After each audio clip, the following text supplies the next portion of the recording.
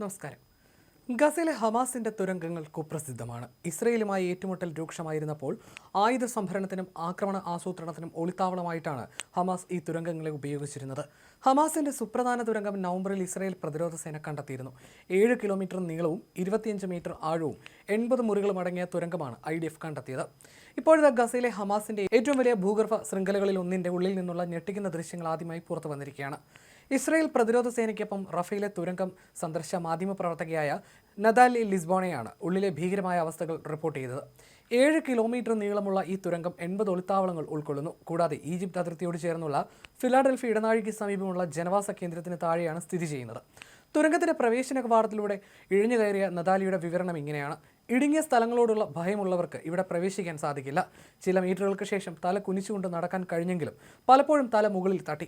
കൈകൾ നീട്ടാൻ പോലും കഴിയാത്തത്ര ഇടുങ്ങിയ തുരങ്കത്തിൽ ടോർച്ചില്ലാതെ ഏതാനും സെന്റിമീറ്ററുകൾ പോലും മുന്നോട്ട് കാണാൻ കഴിഞ്ഞില്ല. ഉള്ളിലെ വായു നേർത്തതും വീർപ്പ് മുട്ടിക്കുന്നതുമായിരുന്നു. മിനിറ്റുകൾക്കുള്ളിൽ എൻ്റെ നെഞ്ചു മുറുകി.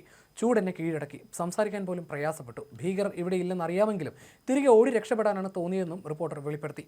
ഹമാസ് ബന്ദികളാക്കിയ 254 പേരിൽ പലരെയും ഇത്തരം തുരങ്കങ്ങളിൽ പൂർണ്ണമായ ഇരുട്ടിൽ, ചിലരെ ഏകദേശം 2 വർഷത്തോളം പാർപ്പിച്ചു എന്നത് ഊഹിക്കാൻ പോലും കഴിയാത്ത കാര്യമാണ്. ബന്ദികൾക്ക് ഭക്ഷണവും വെള്ളവും ശുചിത്വ സൗകര്യങ്ങളും നിഷേധിച്ചു. സിവിലിയന്മാർക്കായി കൊണ്ടുവന്ന സഹായം പോലും ഹമാസ് പ്രവർത്തകർ അവരുടെ മുന്നിൽ വെച്ച് കഴിച്ചു. ചിലരെ കൂടുകളിൽ പാർപ്പിച്ചു. ഇടുങ്ങിയ അറകളിൽ വെച്ച് ചിലരെ ലൈംഗികമായി പീഡിപ്പിച്ചു. 1 വർഷത്തിലേറെ നേരെ നിൽക്കാൻ കഴിയാതിരുന്നതിനെ തുടർന്ന് കൊല്ലപ്പെട്ട ബന്ദികളുടെ മൃതദേഹങ്ങൾ വളഞ്ഞ നട്ടെല്ലുകളോടെയാണ് കണ്ടെത്തിയത്. ഇസ്രായേലിന്റെ ഏറ്റവും കൂടുതൽ കാലം ബന്ദിയാക്കപ്പെട്ട സൈനികനായ ലഫ്റ്റനന്റ് ഹദാർ ഗോൾഡിന്റെ മൃതദേഹം 11 വർഷത്തിലേറെ ഒളിപ്പിച്ച സ്ഥലവും ഈ തുരങ്ക ശൃംഖലയിലാണ്. 2014 ഓപ്പറേഷൻ പ്രൊട്ടക്റ്റീവ് എഡ്ജിനിടെ 23-ാം വയസ്സിൽ കൊല്ലപ്പെട്ട ഗോൾഡിന്റെ മൃതദേഹം അടുത്തിടെയാണ് ഇസ്രായേൽ തിരികെ കൊണ്ടുവന്ന് സംസ്കരിച്ചത്.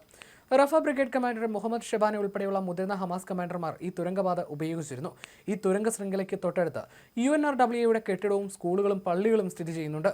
ഹമാസ് അംഗങ്ങളെ UNRWA ജോലിക്ക് വെച്ചിട്ടുണ്ടെന്ന് ഇസ്രായേൽ ആരോപിക്കുന്നു. 7 കിലോമീറ്റർ നീളമുള്ള ഈ തുരങ്കത്തിന് 80 ഒളിത്താവളങ്ങളാണ് ഉള്ളത്. ഭീകരർക്കുള്ള സഹായ വിതരണം കുറഞ്ഞതോടെ ഈ മേഖലയിലെ മറ്റ് ഹമാസ് ഭീകരർ പലായനം ചെയ്തുവെന്നും IDF പറയുന്നു. എന്നാൽ ഭീകരരിൽ പലരെയും തടഞ്ഞു നിർത്തി ഡസൻ കണക്കിന് പേരെ ഇല്ലാതാക്കുകയും കൂടുതൽ പേരെ തടവുകാരാക്കുകയും ചെയ്തുവെന്നും അവർ അവകാശപ്പെടുന്നു. റഫേലെ തുരങ്കങ്ങളിൽ മാത്രം IDF ഏകദേശം 40 ഭീകരരെ വധിക്കുകയോ പിടികൂടുകയോ ചെയ്തിട്ടുണ്ട്. ഒക്ടോബർ 10 വെടിനിർത്തൽ ഉടമ്പടിയിലെ പ്രധാന വ്യവസ്ഥ ജീവിച്ചിരുന്നവരും അല്ലാത്തവരുമായ എല്ലാ ബന്ദികളെയും തിരികെ നൽകുക എന്നതായിരുന്നു. എന്നാൽ ഒക്ടോബർ 7 ആക്രമണത്തിനിടെ കൊല്ലപ്പെട്ട ഇസ്രായേൽ പോലീസ് ഉദ്യോഗസ്ഥൻ റാൻ ഗുല്ലിയുടെ മൃതദേഹം ഇപ്പോഴും തിരികെ കിട്ടിയിട്ടില്ല. ഹമാസ് ഇപ്പോഴും ഗാസയിൽ പിടിമുറുക്കി ഭരണം തുടരുമ്പോൾ ഇസ്രായേൽ പ്രധാനമന്ത്രി ബെഞ്ചമിൻ നെതന്യാഹു UN പിന്തുണയുള്ള സമാധാന പദ്ധതിയുടെ ആദ്യഘട്ടം പൂർത്തിയാവാറായി എന്നും ഹമാസിനെ നിരായുധീകരിക്കുന്ന 2ാം ഘട്ടം ഉടൻ ആരംഭിക്കുമെന്നും പ്രസ്താവിച്ചു. എന്നാൽ ടോണി ബ്ലെയറിനെ ട്രംപിന്റെ സമാധാന സമിതിയുടെ അധ്യക്ഷ സ്ഥാനത്ത് നിന്ന് അറബ് മുസ്ലിം രാജ്യങ്ങളുടെ എതിർപ്പിനെ തുടർന്ന് ഒഴിവാക്കിയത് ഗാസയുടെ ഭാവി ഭരണ നിർവഹണത്തെക്കുറിച്ചുള്ള അനിശ്ചിതത്വം വർദ്ധിപ്പിക്കുന്നു. ഈ മരണ തുരങ്കങ്ങളിൽ നിന്നും ഭീകരർ ആയുധങ്ങൾ താഴ്വെക്കുമെന്ന് വിശ്വസിക്കാൻ കഴിയില്ലെന്നും റിപ്പോർട്ടർ കൂട്ടി.